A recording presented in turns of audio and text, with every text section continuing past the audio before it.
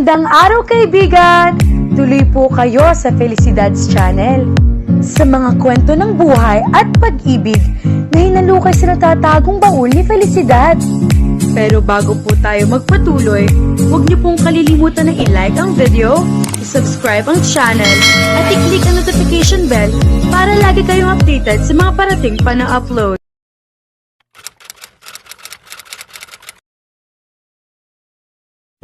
Just relax, Rohan. Pagbibiro ni April dito habang kumukuha siya ng pinggan at mga kubyerto sa kusina. Nabigla ba niya ito sa pagdadala niya rito sa bahay niya? She certainly hoped so. Pinagmasdan niya ito habang kumakain sila. Panay ang sulyap nito sa kanya na para bang inaabangan nito ang susunod na gagawin niya. Iniisip kong bigyan ng pera ang daddy ko. Masiglang sabi niya rito. What do you think? Tumuwid dito ng upo, saka siya tinitigan. I think that's her business and no one else's. Maya-maya ay sagot nito. Nagkibit-balikat siya. Gusto kong malaman ang opinion mo. Kumunot ang noon nito. Bakit hindi mo muna ituloy ang pinag-uusapan natin kanina habang iniisip ko magiging opinion ko sa sinabi mo? Pagkatapos niya itong titigan ng matagal ay tumango siya. Okay, nasa number 3 na tayo, diba? Tumango ito. Number 3, you were in the army. Transferred to Special Ops 8 years ago, but became sickened by the whole thing when most of your unit was wiped out 5 years ago. During a mission that went terribly wrong, nag-resign ka pagkatapos niyon, kasama ang 5 pang kasamahan mo sa unit na nakaligtas din. Lumipat kayo sa New York sandali, pero bumalik kayo sa Washington 3 years ago. You were listening to me in that car earlier after all. Anito, oh, I was listening to your every word, Rohan. Paniniyak niya. Ang mga peklat mo. Mementos ng huling misyon na iyon.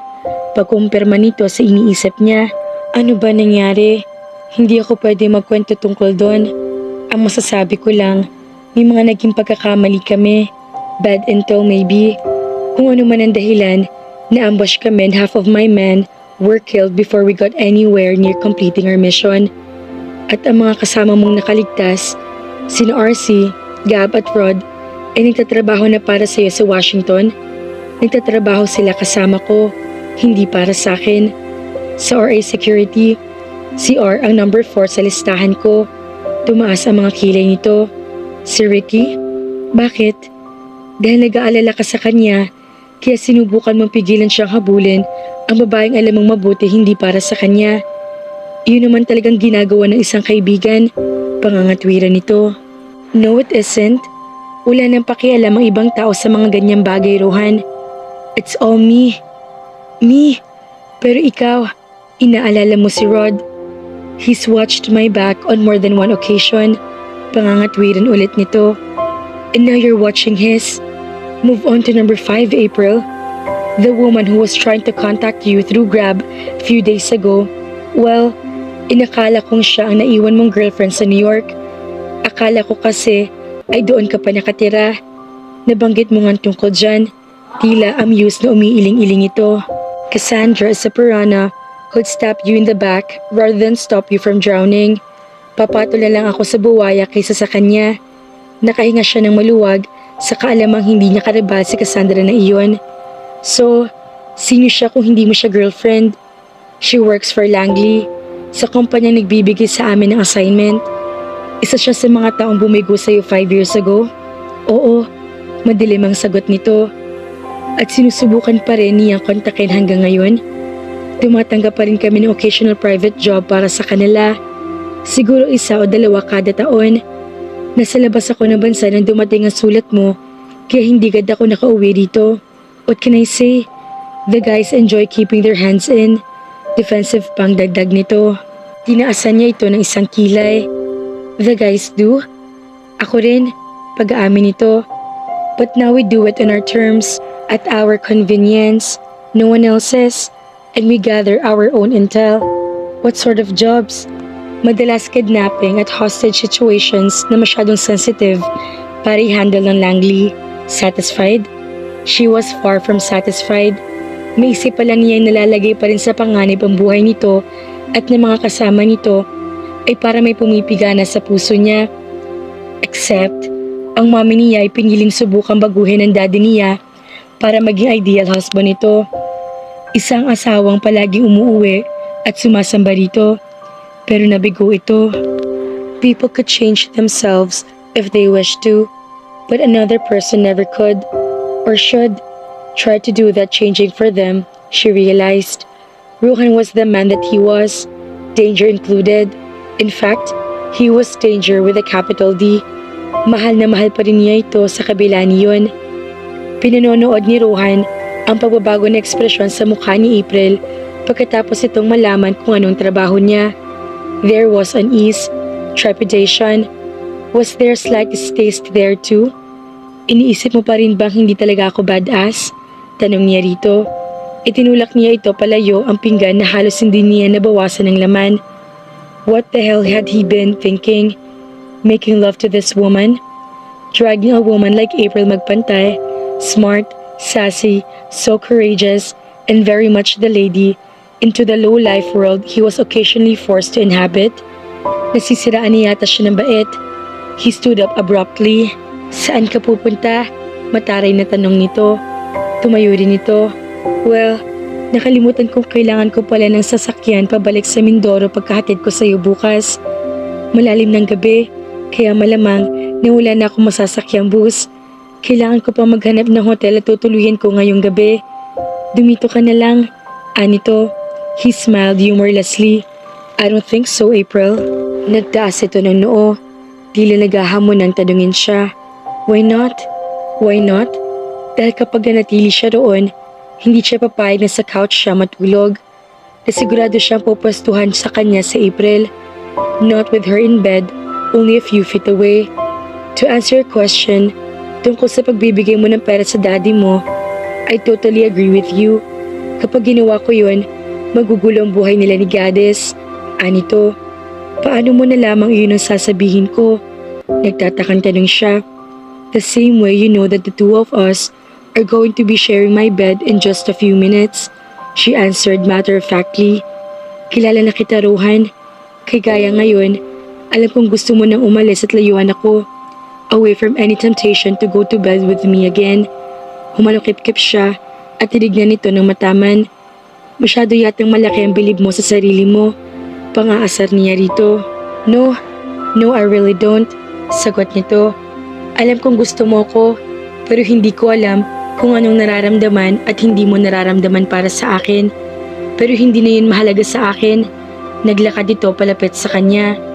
Sapat na sa akin ngayon na gusto mo ako at gusto rin kita. Dear God, naisa loob niya. Hindi to dapat biniyayaan na nakakaakit ng mga mata at mga labing tila nagmamakaawang halikan siya. Hindi rin dapat ito nagkaroon ng magandang hubog ng katawan na gugustuhin angkinin ng kahit sinong lalaki na gusto ulit niyang angkinin. Tinawid niya ang distansya sa pagitan nila. Saka ito hinapit at hinagkat sa mga labi. He was hungry for her. Revenues. Kailangan niya ito. Gusto niya itong angkinin katulad ng isang ginigiyan na drug addict. Lalo niya ito hinapit palapit sa katawan niya habang pinalalalim niya ang halik. Gusto niyang pakiramdam na nakakulong ito sa mga bisig niya. His hands were everywhere as he touched her back, her breasts, her hips, finally cupping her bottom to pull her into the hardness of his thighs. Napaungot siya na maramdaman ang malambot na katawan nito na nakadikit sa kanya. Yakap pa rin siya nito nang pakawalan niya mga labi nito para hagkan nito sa noo. Ano bang gagawin ko sa iyo, April? Tanong niya sa medyo paos na tinig. Ano bang gusto mong gawin? Balik tanong nito. Kagaya niya ay paos din ang boses nito. Huminga siya ng malalim bago sumagot. Gusto kitang kidnapin at isama sa Amerika. Gusto ko magkulong tayo na nakahubad sa apartment ko at maging sex slave mo hanggang sa magsawa ka sa akin. And tumawa siya ng pagak bago ito pakawalan. At malamang na magtatakbo ka at magsisigaw ka kapag sinubukan kong gawin yon. Sinalubong nito mga mata niya. Try me. Tama bang pagkaunawa niya sa sinabi nito? April, try me, Rohan. Gagawin niyang lahat para mapasa kanya ito. Kahit sa loob na ng isang linggo. Paano kung mahingin akong kondisyon bago kita isama sa Amerika? Seryosong tanong nito. She eyed him warily. Anong klaseng kondisyon? One you're not going to very much like. Sagot nito. Anong hihingin mong kondisyon, Rohan? Sinisiguro ko sa iyong papayag ako. Determinadong saad niya. The sex was that good, For me, the sex was fantastic. Walang pangingiming sagot niya. Me too, he admitted huskily. Thank you for that. Ngitian niya ito. Pero may mas matindi pa akong nararamdaman para sa iyo, Rohan. Pag-amin niya, enough to marry me. Enough to... Natigilan siya. Binibiro ba siya nito? Naghanap siya ng palatandaan na nagbibiro lang ito. Pero wala siya nakita. Seryoso ito. Hindi mo ko kailangan pakasalan. Aniya, alam ko yun. Hindi ko kailangan magpakasal sa kahit kanino. Lalo na sa katulad mong isang heredera. I'll give the money away. Pangako niya. Gagawin niya talaga iyon kung iyon lang paraan para pakasalan siya nito. Hindi mahalaga sa akin kahit ano pang gawin mo sa pera mo. Keep it. Give it away. Put it in trust for our kids. Our kids? Bulalas niya. Hindi siya makapaniwala. Pero masaya siya syempre. Gusto nitong siya maging ina ng mga anak nito. Our kids. Ulit nito. Natitiyak ko magiging mas mabuti tayo mga magulang kaysa sa mga magulang natin. Sigurado siya roon. I'd like that, Rohan. He chuckled. Ako rin. Tungkol sa pera mo. Bago pa man iniwan sa akin ni Papang kayamanan niya, may naipon na ako at sobra-sobra na iyon para sa dating dalawa at sa mga magiging anak at apo natin. Sa pakiwari niya ay may mainit na kamay na humaplos sa puso niya dahil sa sinabi nito. Pero may isang bagay pa siyang pinagtatakhan. Bakit nagalit ka na malaman mo na isa akong heredera? Hindi ako nagalit. It's a male thing, I guess. Hindi ka lang kasi successful sa napili mong career. Napakayaman mo pa. Ano pang pwede kong ialok sa'yo? Ikaw lang gusto ko, Rohan. Paniniyak niya. I've wanted you since the first night we met. He admitted honestly. Namilog ang mga mata niya. You have? Yeah. You crawled under my skin then, April. And I couldn't shake you off. Hell, I don't want you to shake you off. Kaya ako sumama sa iyo hanggang sa Laguna ay dahil hindi ko kayang isipin na aalis ka na at hindi na kita makikita ulit, na hindi na kita makakasama ulit. Pero hindi ko alam kung anong pwedeng gawin ng isang history teacher sa Amerika. Nasisiguro kung pwede ka akong mag-donate ng malaking pera sa isa sa mga kolehiyo sa Washington para makapagturo ako. Sagot niya. Sa tingin ko, ang mas importanteng tanong ay kung anong gagawin ni Rohan Adelantar sa isang asawa. Madali lang sagutin yan. Sagot nito, saka siyang nginitian ng puno ng pagsuyo. Siyempre, mamahalin ko siya habang buhay. You love me? Hindi pa rin makapaniwalang tanong niya. Parang sasabog ang puso niya sa saya. Siyempre naman. Or what's the point of marrying you? Rohan, please. Gusto niyang marinig na sabihin nitong mahal siya nito. Pumikit ito saglit at huminga ng malalim bago dumilit at tumingin sa kanya. Puno ng pagmamahal ang mga mata nito nakatunghay sa kanya. I never wanted to fall in love. Hindi ko inasahan na mamahal ako. Pero sa unang gabi pa lang, nang sugurin mo ko, alam ko na nanganganib ng puso ko. Akala ko nga kasi magnanakaw ka. Pagkatanggol niya sa sarili, lalo kitang hinangaan dahil doon. Wika nito, ikaw lang kilala kong babaeng matapang na umatake sa isang intruder na nag-iisa. At kahit may sama ka ng loob sa daddy mo, ipinaunawa mo pa rin sa akin na mali ang pakikitungo ko sa papa ko. You criticized my way of life, ang pananamit ko, at ang lahat tungkol sa akin. But then you made love with me like a wildcat. Rohan, nagiinit ang mga pisngeng saway niya dito. Oh, believe me, I loved it. I loved every moment of it. So much so that I hope you'll make love with me like that every night for the rest of our lives. So there you have it. Mahal na mahal kita, April Magpantay.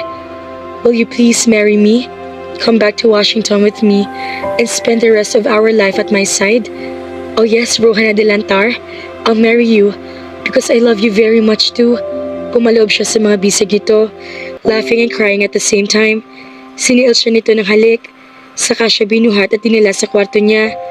Pagkatapos siya nitong ilapag sa kama, ay humiga ito sa tabi niya. Ikinulong nito sa mga kamay nito ang mukha niya at tinitigan siya. I promise that my love for you will last forever. Forever sounds perfect, Rohan. Alam niya na magkaiba sila ng maraming bagay. On the surface, they were an oddly matched pair. But inside, where it really mattered, alam niyang perpekto sila para sa isa't isa. Ang manatili sa piling nito habang buhay, ang tanging gusto at kailangan niya. Maraming salamat mga kafelisidad sa patuloy ninyong pagsubaybay sa aming channel. Sa uulitin, God bless, ingat,